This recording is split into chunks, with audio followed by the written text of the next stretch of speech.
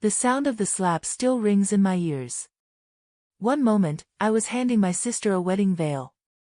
The next, I was standing frozen in a crowded boutique, my cheek burning red. Everyone stared, some shocked, some pretending not to notice, as she pointed at the door and hissed, "Leave. You don't belong here." Humiliation rushed through me like fire. But beneath it was something colder, stronger. Because what she didn't know, what no one in that boutique knew, was that her entire dream wedding, the dress, the venue, the flowers, wasn't being paid for by her. It was being paid for by me.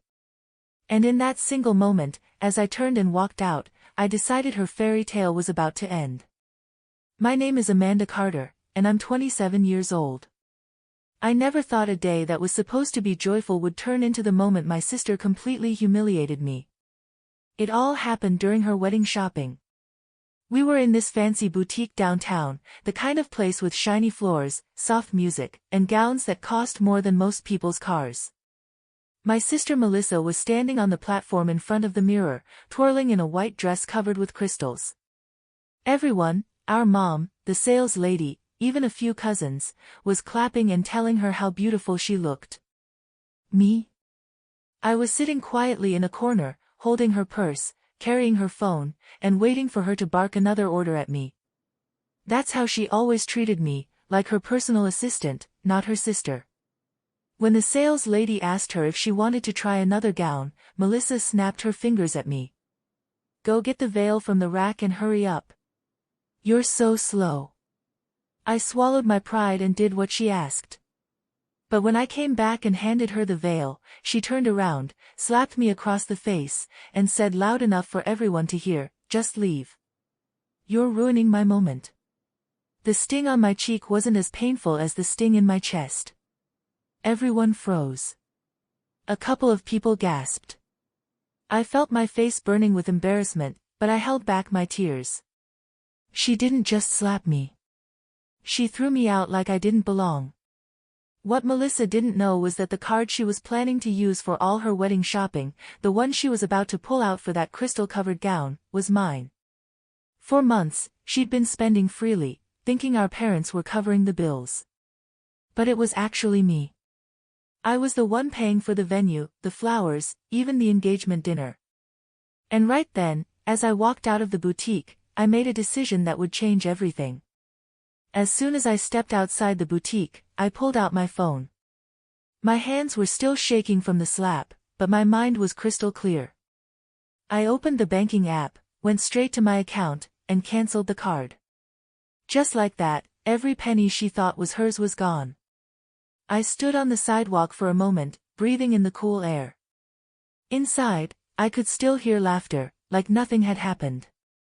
My sister had no idea the ground beneath her was about to collapse. A few minutes later, my phone buzzed with a notification, "Transaction declined. $20,350 attempted at Bridal Luxe." I smirked. That had to be the gown. I leaned against the glass window and peeked inside. Melissa was at the counter, the shiny dress still draped over her arms, waving the card at the sales lady. "It must be a mistake," I heard her say, her voice sharp. "Run it again. I know there's plenty of money on this card." The sales lady tried again. Another decline. Melissa's face turned red, and she started snapping at everyone. Mom stepped in, whispering something about calling the bank, but the staff weren't patient. They'd seen brides like her before, arrogant, loud, and entitled. "Miss," the manager finally said, his arms crossed, "if you cannot make the payment, we'll need the dress back. We have other clients waiting." Melissa's jaw dropped. She looked like a queen who had just been stripped of her crown in public. She turned to Mom, demanding she fix it. Mom glanced toward the door, probably wondering where I went, but I was already walking away down the street. For the first time in years, I felt a little free. My sister had slapped me, humiliated me, and treated me like trash. But now she was about to face the reality that her entire fairy tale was built on my dime. And this was only the beginning. I hadn't even reached home when my phone started buzzing nonstop. First it was Mom, then Dad, then Melissa herself. I ignored the first 3 calls, but when Mom called again for the 4th time, I finally picked up. Her voice came through sharp and angry. "Amanda, what have you done? Do you know your sister's dress was declined?" She almost fainted in the store. The entire boutique staff was staring at us. I kept my tone calm. "That's not my problem, Mom." "What do you mean it's not your problem? You embarrassed us in front of everyone. You better call the bank right now and fix it." I laughed bitterly. "There's nothing to fix. That was my card. I've been paying for everything, her dress, her engagement dinner, even the deposit for the venue. Every single thing she's bragging about, it's on my dime." There was silence on the other end. For a second, I thought the call had dropped. Then Mom's voice came back, trembling with rage. "You selfish girl. How dare you cancel the card now, right before the wedding?" "Selfish?" I snapped. "I've been funding a wedding that isn't even mine. I've been draining my savings while Melissa treats me like her maid. Do you even realize what I've sacrificed?" Melissa suddenly grabbed the phone from Mom. Her voice was screeching. "You're jealous. That's what this is. You've always been jealous of me. You think ruining my wedding will make you happy? Guess what? It won't. Everyone will still choose me over you." I didn't even bother arguing. I just said, "From now on, Melissa, you fund your own wedding. Consider this my final gift to you." Then I hung up. For a few moments, I sat on the bus, staring out the window. My hands were trembling, but it wasn't fear anymore. It was relief. I'd finally stood up for myself. But deep down, I knew this was only the start. Because without my money, my sister's perfect wedding was about to fall apart piece by piece.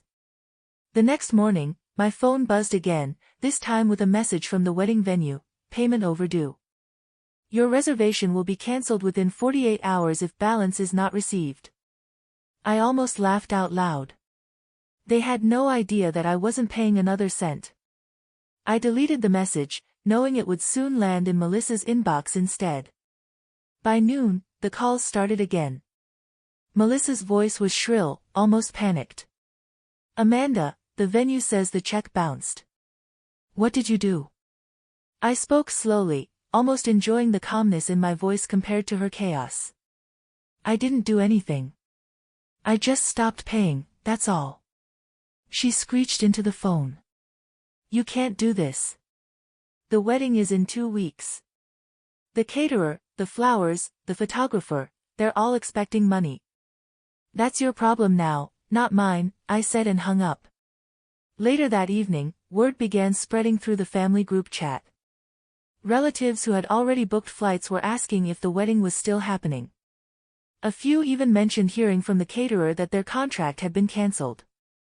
Apparently, Melissa's check to them had bounced, too. By the 3rd day, her fiancé's family got involved.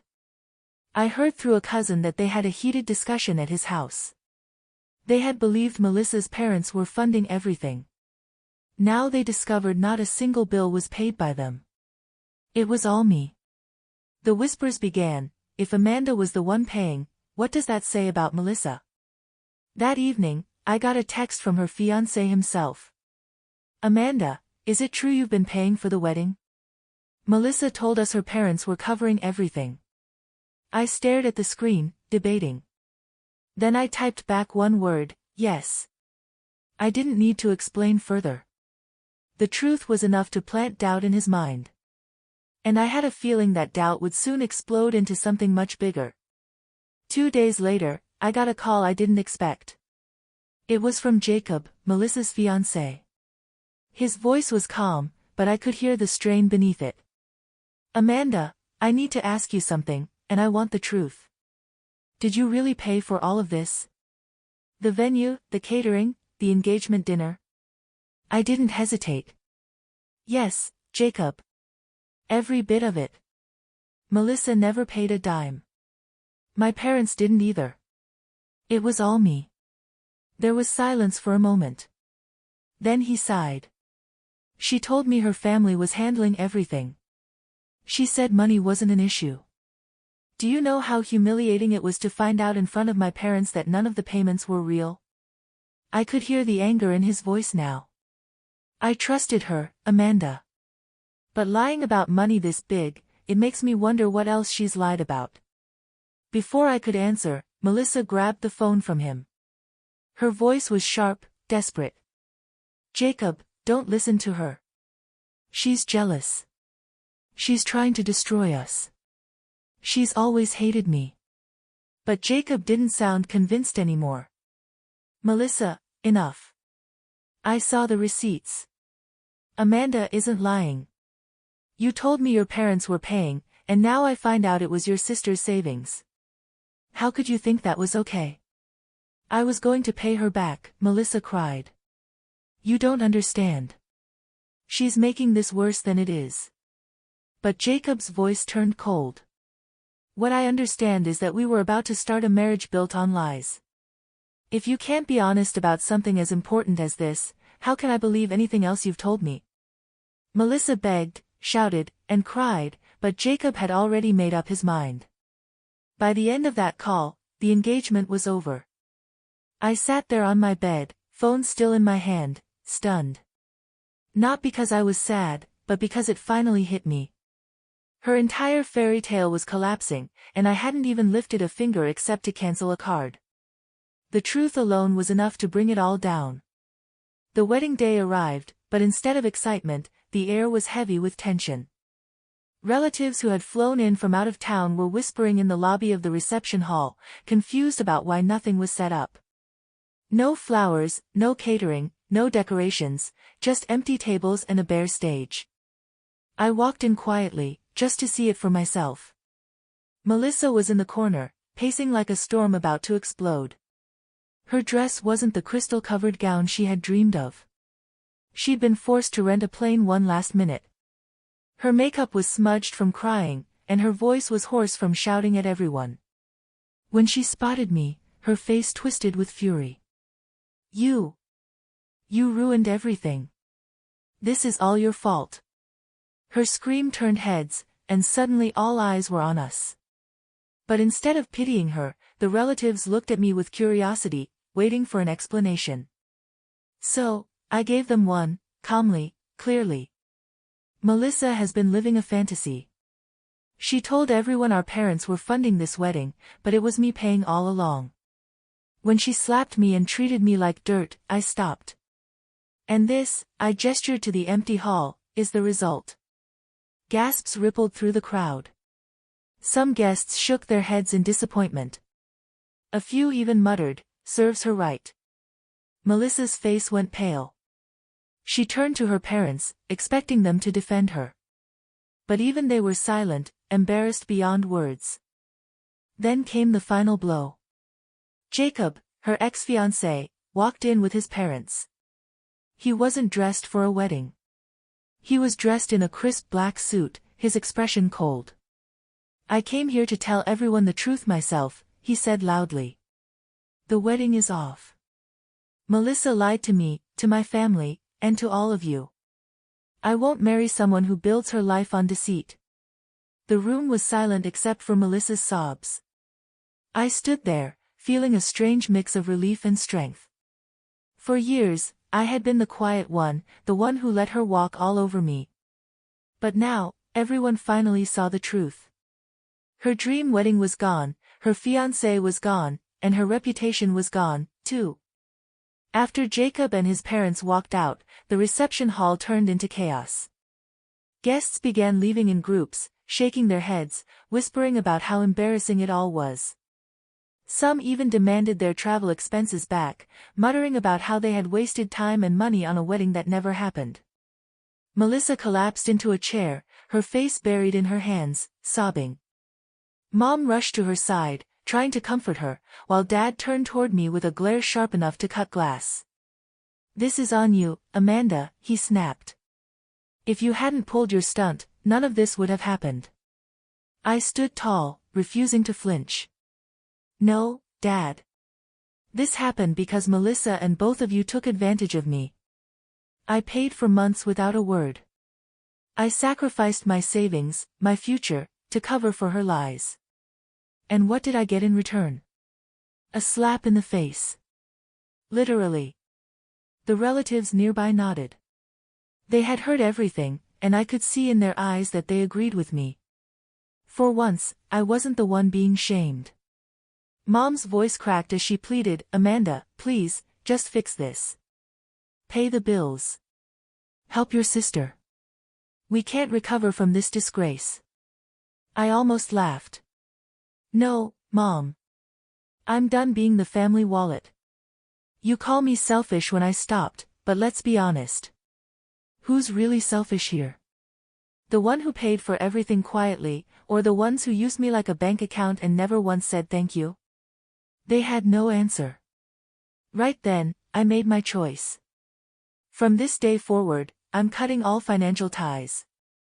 No more bills, no more payments, no more favors. You'll all have to stand on your own 2 feet. And Melissa, I looked at her, she can learn what it's like to pay for her own dreams. The hall fell silent. For the first time in years, I felt powerful, not because I had destroyed anything, but because I had finally stopped being afraid to stand up for myself. Melissa's sobs grew louder, but I didn't look back. I walked out of that empty reception hall with my head high, leaving her shattered fairy tale behind me. The weeks after the ruined wedding were strangely quiet. For once, my phone wasn't blowing up with demands for money.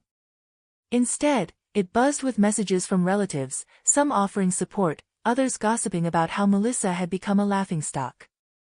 I heard she tried to patch things up with Jacob, but he had already moved on. His family wanted nothing to do with her.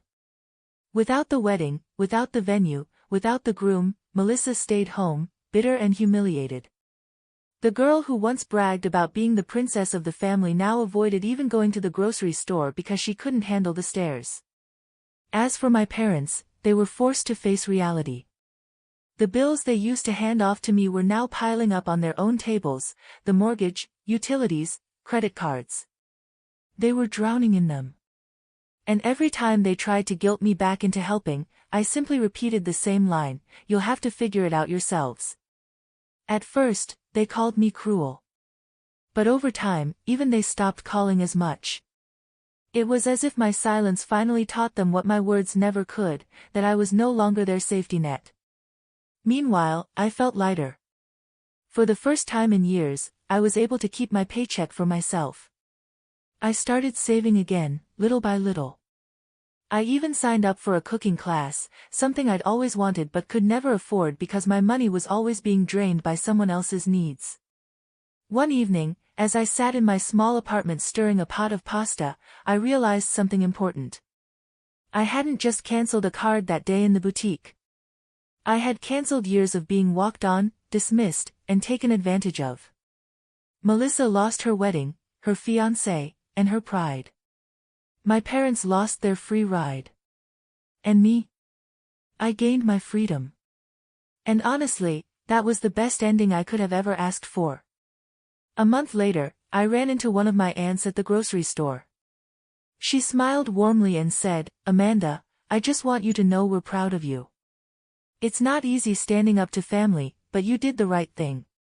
Her words stayed with me long after we parted ways. For years, I had carried the weight of everyone else's happiness on my shoulders, thinking that keeping the peace was more important than speaking up. But peace bought with silence is never real. It's just control disguised as love. Melissa still hasn't spoken to me since that day. My parents keep their distance, too, their pride too wounded to admit the truth. And honestly, that's fine, because I've learned that family isn't defined by blood. It's defined by respect. Now, every time I check my bank account and see my savings growing, every time I cook dinner in my own quiet apartment, every time I wake up without the burden of someone else's bills, I feel stronger. Looking back, that slap in the boutique could have broken me. Instead, it freed me. And as I move forward with my life, I know one thing for certain: sometimes the most powerful revenge isn't payback. It's walking away and letting them choke on the consequences of their own choices.